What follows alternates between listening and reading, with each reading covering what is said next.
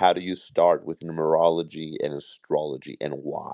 I started on 9/11 after I saw the Flight 11 hit the World Trade Center on the 11th, and the two towers look like an 11 side by side. And I started looking further. New York was the 11th state in the Union. New York City, 11 letters. The Pentagon, 11 letters. Shanksville, 11 letters. Afghanistan, 11 letters. They attacked Afghanistan 10/7/2001, adds up to an 11. At that point, I thought I saw the mathematical probability of all of that being a coincidence were in the billions. That basically told me someone was doing something on purpose, and then I fucking started studying. I went like any other person, went on websites, but there weren't too many websites back then. And this, 2001. And then I started going to Barnes and Nobles. I started reading the books, and then I started giving people readings based off that information.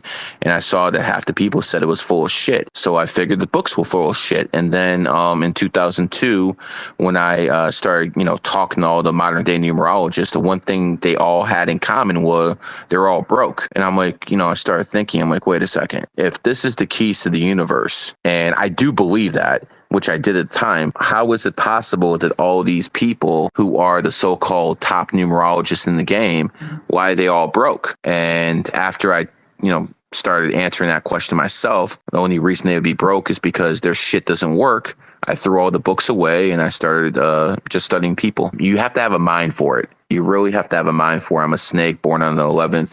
Born on the 7th. So I do have a mind for this shit.